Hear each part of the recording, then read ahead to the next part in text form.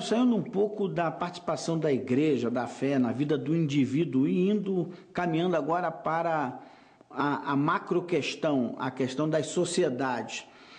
Como você mesmo já disse, a igreja teve um papel decisivo na organização do Estado e muitas vezes se confundia com o próprio Estado.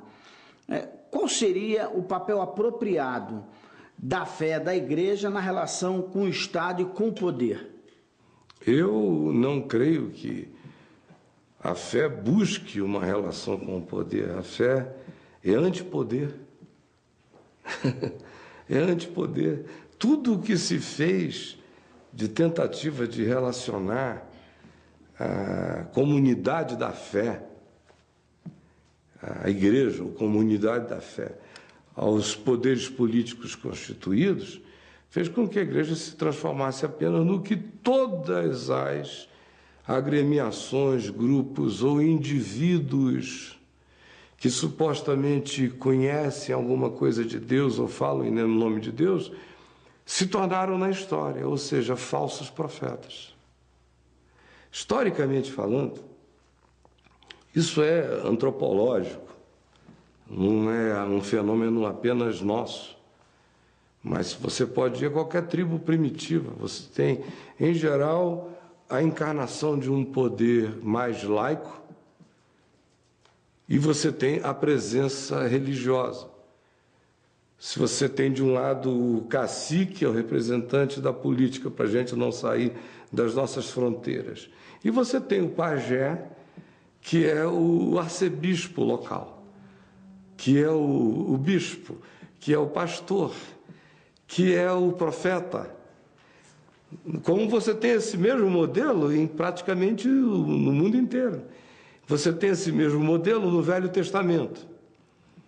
Você, frequentemente, depois que Israel se desenvolve, deixa de ser um povo peregrino e se estabelece na terra, um dos passos seguintes é a gente perceber que surge o poder constituído da realeza e, em seguida, um templo é construído e a sacerdotalidade é estabelecida.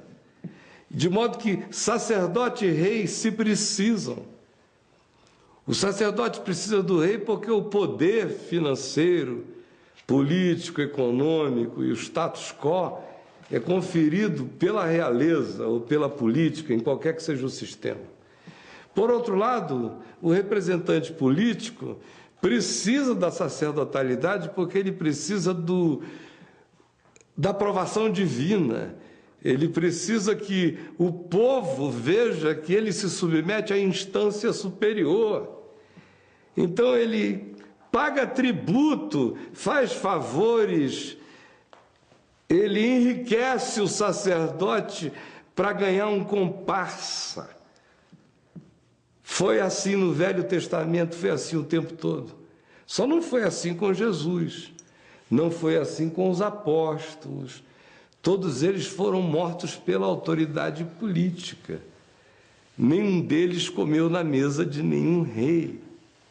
Como também todos os verdadeiros profetas foram perseguidos pelos reis. Foram jogados em cárceres, foram exilados, foram desterrados, foram mal falados, foram marginalizados. E os reis diziam: esse não fala de mim o que me agrada. Colocados de fora. Para a gente não ir muito longe, ficando só no cristianismo.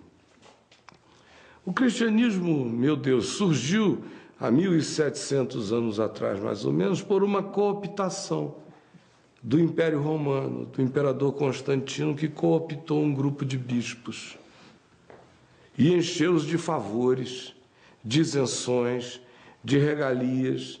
Eram uns bispozinhos pobres, sofridos, escapando da morte todo dia, perseguidos. De repente, Constantino disse: a maior força no império são esses escravos perseguidos e esses cristãos pobres e marginalizados. O império todo fragmentado, a única força de coesão entre aquela população inteira era o nome proibido, o nome de Jesus. Ele, do dia para a noite, conseguiu chupar para dentro do buraco negro da política esse povo todo, cooptando os bispinhos, que não eram eminências pardas de nada, eram servos simples e pobres e amorosos do povo, que em menos de 20 anos já estavam todos completamente corrompidos, totalmente absorvidos. E o que ele fez foi chamar a igreja para abençoar o Estado. E ele cobriu a igreja com essas bênçãos de prosperidade material. Assim surge o cristianismo. Tudo que a gente tem daí para frente é cristianismo. Antes disso, você tinha o movimento de Jesus, que continua na marginalidade até o dia de hoje.